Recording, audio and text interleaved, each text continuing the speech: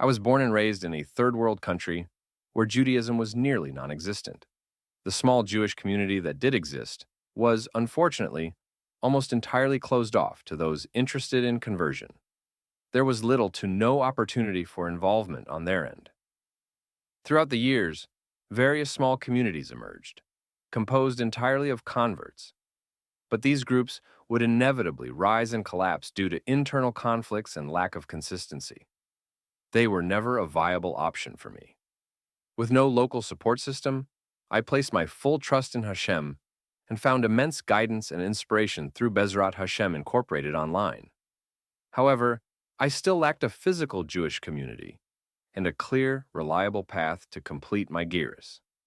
One day, I heard about the miracles people had experienced after donating to Bezrat Hashem's Rosh Hashanah campaign. At first, I was deeply hesitant, mistakenly believing that such donations were only impactful for Jews. Despite my reservations, I made the difficult decision to set aside just enough money to purchase the most affordable kosher food for the rest of the month, and I contributed nearly my entire salary to the campaign, an amount that, due to currency exchange, came out to roughly $700 in US dollars. This seemingly simple act turned into an all-day struggle, as none of my usual payment methods were working. Yet, with Hashem's help, the transaction finally went through just hours before Shabbos. After some unexpected expenses, I spent the next month surviving on crackers, chips, and fruit juice or water. I didn't expect a miracle. I simply found joy in knowing that my donation may have allowed a struggling, observant family to experience a dignified Rosh Hashanah. A few months later, while I was still working to regain my financial footing, a relative mentioned someone she had known for years. An acquaintance who had left our country and was now studying in a yeshiva in New York. She insisted that I contact him. My Yetzer Hara immediately discouraged me, convincing me that a yeshiva bokur couldn't possibly help me and that I'd only be bothering him. So I ignored the suggestion. But a few days later, after a deep Torah study session, I reconsidered. What harm could a phone call do? To my absolute shock, this simple call changed everything. I had merely hoped for some guidance on how to pursue conversion abroad, but instead, he connected me with his personal rabbi. During our very first conversation, the rabbi offered to host me in his home, located in the heart of an Orthodox community in the U.S., for as long as necessary. Not only that, but he also assured me that he would personally arrange my conversion with a renowned Beis Din in Monsey. While still reeling from this incredible opportunity, I suddenly recalled how my tourist visa had been miraculously renewed after my renewal appointment was moved up by nearly a year. I knew I had to seize this chance. The only problem? I was completely penniless and couldn't afford the flight tickets. So I turned to Hashem in prayer. Just hours later, my sister called to tell me that she and my mother were traveling to Florida and that I was welcome to join them.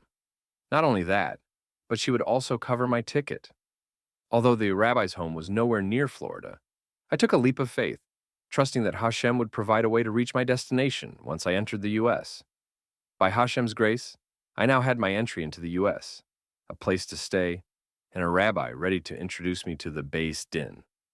Yet 2 days before my departure, a persistent wisdom toothache suddenly worsened. Concerned, I visited a dentist, only to discover a severe abscess. The dentist immediately drained it and insisted that I undergo emergency surgery to remove all my wisdom teeth.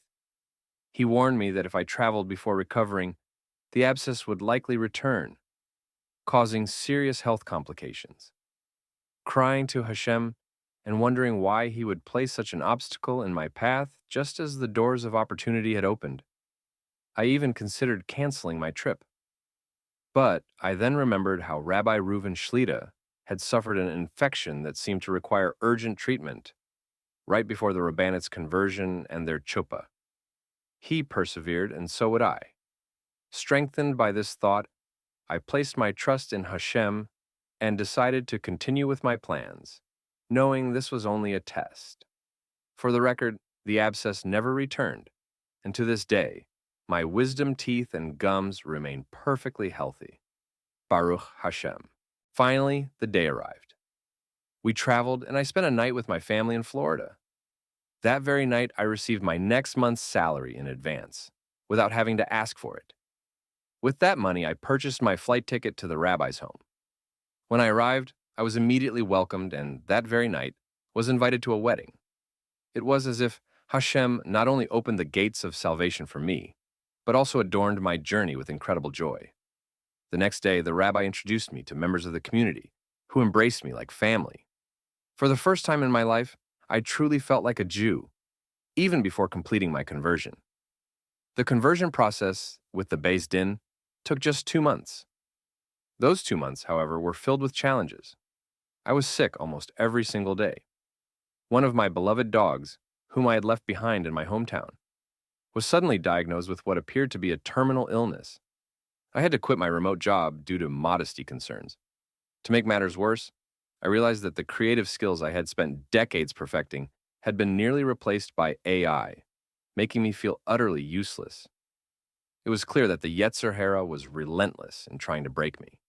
But Hashem strengthened me, using these trials as a means of purification before my gerus. Even moments before entering the mikveh, I accidentally suffered a chemical burn. By that point, I could only laugh at whatever obstacles came my way. After the gerus, a beautiful ceremony was held near the mikveh, for me and my 2 friends who converted that day as well. Perhaps near 100 people attended, showering us with blessings and even requesting that we bless them in return. A newly converted Jew is considered like a newborn, and their prayers ascend straight to Shamayim. Once again, Hashem not only granted us salvation, but also adorned our journey with profound beauty. Additionally, a few months after my conversion, and against all odds, Hashem gave me the opportunity to join a renowned yeshiva to study full-time, which I took advantage of immediately. It was something I thought was completely out of my reach, yet Hashem showed me again through another miracle that He runs the world. To anyone struggling with a situation that seems impossible or facing the same hardships repeatedly, I strongly encourage you to donate to Bezrat Hashem Incorporated campaigns. But don't just make a casual donation. Make it a true sacrifice. When we give beyond what feels comfortable, Hashem responds in kind. A great problem requires a great solution, and we cannot know how many unseen barriers are preventing the miracles Hashem is ready to perform for us. Sometimes, all it takes is one act to clear the path. May Hashem bless each and every person who hears this story with everything they need to serve Him even better. I hope my experiences serve as an encouragement to those who mistakenly believe that salvation and miracles are reserved for others, but not for them. Take action. Open the gates of your own miracle. Bring salvation upon yourself by supporting Bezrat Hashem Incorporated today, no matter where in the world you are or how difficult your circumstances may be. Kol Tuv, Daniel from Monsey.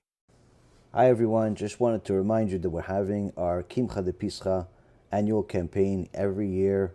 We do a campaign for Pesach and also all the other holidays to distribute food and money to Torah scholars in Eretz Yisrael, and we continue to reach bigger and bigger milestones, and this year is no different. We not only want to help them, we want to help you. So we're having 2 major events where 500 Avrechim in each location are going to be completing the entire Talmud Bavli. That's 1,000 Avrechim, each one with a family, with kids, on the average about 11 people per family. So you talk about 11,000 people. In addition to that, we have hundreds and hundreds of families that are going to be receiving food baskets that are going to help them with the holidays. This is all thanks to HaKadosh Baruch Hu and all the amazing partners that we have that help us help Am Yisrael. Everyone that donates is going to have the merit of doing chesed, the mitzvah of kimchaDPischa, but also the extraordinary Torah, having the benefit of a siyum shas. This is a very big thing. We're looking at approximately 18,000 people that are going to be eating, perhaps even more than that. And we need as many of you to partner with us as generously as you have ever been, because this is a huge opportunity to do a Kiddush Hashem, to show these extraordinary Torah scholars that they can celebrate in a respectable and honorable and enjoyable way, just like everybody else. In fact, they should even enjoy even more. Please donate, contribute, get other people to do it the same. And just like you're making these Torah scholars and their families happy, and you're making Hashem happy, Be'ezrat Hashem, HaKadosh Baruch Hu will make you and your family happy by fulfilling all of your prayers and bringing you all of the blessings of the Torah. Thanks again for all of your contributions, and Be'ezrat Hashem, we look forward to seeing your name on the list of partners in this extraordinary campaign to publicize HaKadosh Baruch Hu's name and make sure that his children enjoy this holiday. Kol Tuv, Chag Sameach.